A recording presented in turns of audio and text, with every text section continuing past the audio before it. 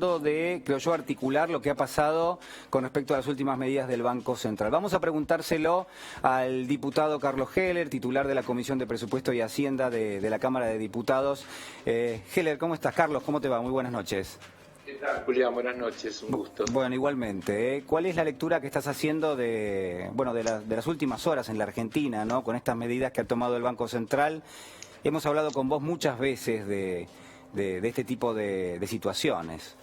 Bueno, yo iba a partir de ahí, te iba a decir que con vos tengo la ventaja de que todo lo que diga vos lo podés chequear con lo que hemos hablado infinidad de veces, sí, y saber que no hago un discurso de oportunidad, sino que ratifico lo que pienso. Un país como la Argentina, en una etapa como la que está, la Argentina no puede pensar en un programa de desarrollo con inclusión, con la gente adentro, sin administrar correctamente todo el tema del tipo de cambio, de la restricción externa, que es un problema recurrente de los países en vía de desarrollo.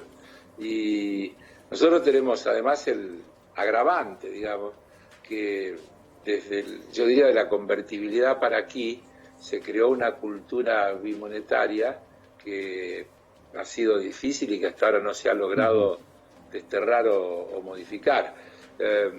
La gente gana en pesos y efectivamente hay muchos que ganan mucho, pero no quieren ahorrar en pesos y quieren ahorrar en dólares. Ahí hay una dificultad objetiva. Y muchas veces además no solo no quieren ahorrar en pesos, sino que no quieren ahorrar en la Argentina. Con lo cual Argentina es un muy buen país para ganar mucha plata, pero parece que no fuera un muy buen país para dejar esa plata o reinvertirla en la Argentina. Entonces tenemos fenómenos enormes de fuga de capitales.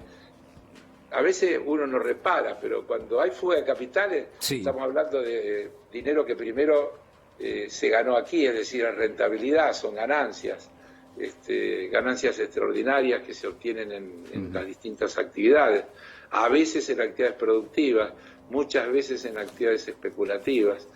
Y bueno, y creo que el gobierno articula medidas.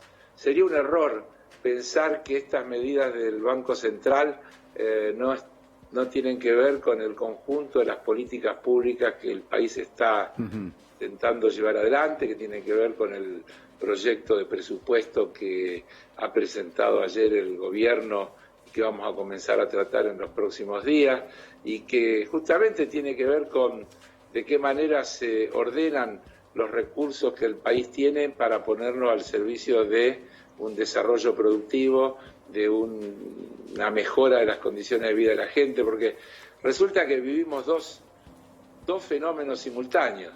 La ansiedad por obtener dólares para sacarlos del sistema, sí, por la vía que sea, y al mismo tiempo millones de pobres que requieren asistencia para subsistir. Y son las dos Argentinas que conviven, y tal vez tengan mucho que ver y en algún lugar se conecten, y lo que le pasa a unos sea consecuencia de lo que hacen los otros, ¿no? Carlos, quiero compartir con vos definiciones que daba hace instantes nada más con nuestro compañero Gustavo Silvestre, el vicepresidente del Banco Central, Sergio Wertheim. Lo escuchamos juntos. A ver. Dale. A ver, esta medida tiene varios objetivos y yo te diría que varios marcos, ¿no? El principal objetivo, es una medida que es un conjunto de medidas que ha sido tomado en coordinación con distintos organismos del gobierno, Economía, CNB, AFIP y demás, y en lo que hace al Banco Central es la administración de riesgos. De alguna manera nosotros estamos ahí para administrar riesgos. En el marco de la pandemia, de la crisis de deuda que tenía la economía argentina, de crisis estructurales que tienen ya larga data, las tensiones que se generan en los balances de las empresas, las tensiones que generan sobre el tipo de cambio, suponen una serie de complicaciones para el nivel de actividad, para la aceleración inflacionaria, para la distribución del ingreso, para la pobreza. Así que el primer objetivo es llevar tranquilidad respecto a lo que es el principal activo del Banco Central, que es cuidar las reservas, cuidar el valor del peso y con eso dar previsibilidad hacia adelante en lo que venía. Recordando que hay 3 crisis, no una, digo, ¿no? La economía argentina está en crisis por pandemia, como el resto de las principales del mundo. Como el mundo está, ¿no? Está en crisis de deuda y en una crisis estructural muy fuerte. La mayor parte de los bancos centrales del mundo pueden atender esta crisis bajando sus tasas de interés, aprovechando o comprando los bonos que emiten los distintos gobiernos para hacer política fiscal expansiva. En la Argentina eso no se puede porque estamos resolviendo una crisis muy fuerte de deuda que dejó el gobierno anterior. Recordemos que...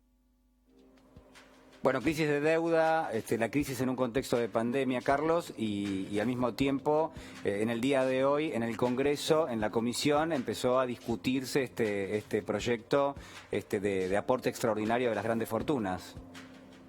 Sí, empezamos hoy a tratarlo. Bueno, espero que ahora no me reclamen más por qué no se trata, porque...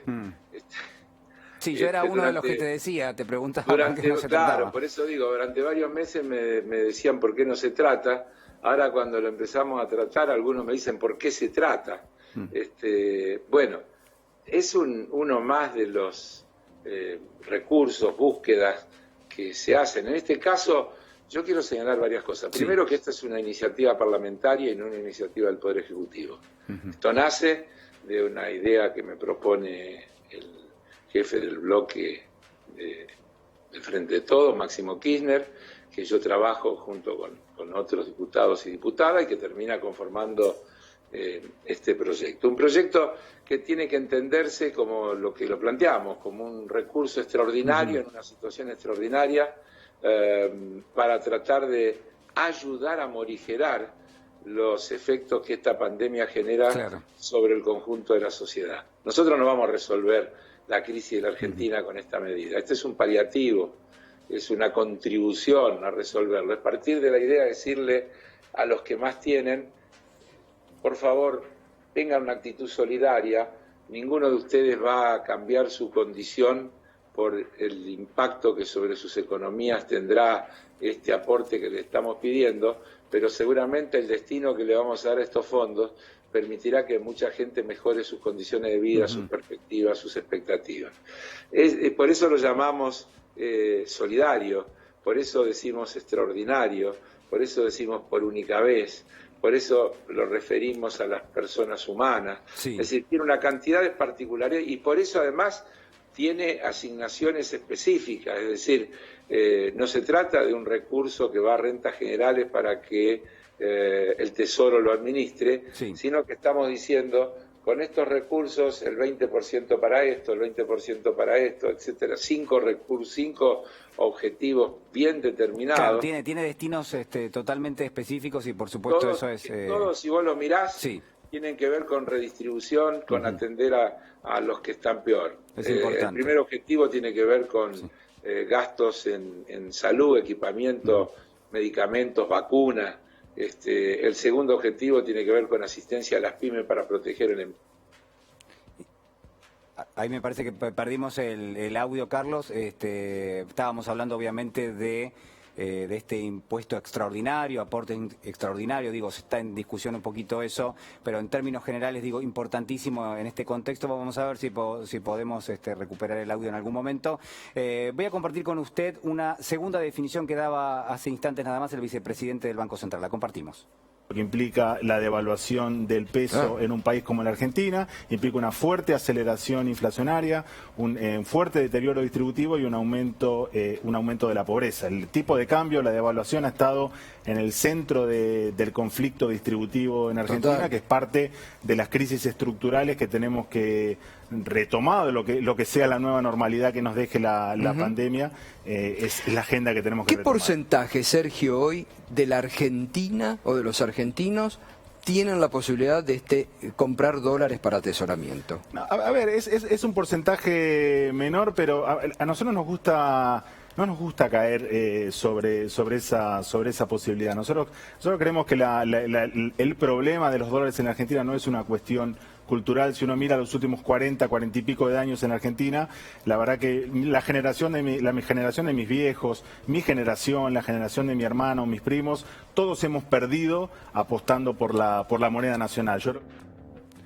Bueno, ahí estaba, el vicepresidente del Banco Central dando una referencia de por qué se toman estas decisiones. Después voy a compartir con usted algunas definiciones que dio hace 2 horas aproximadamente el ministro de Economía. Estoy hablando de Martín Guzmán. Ya lo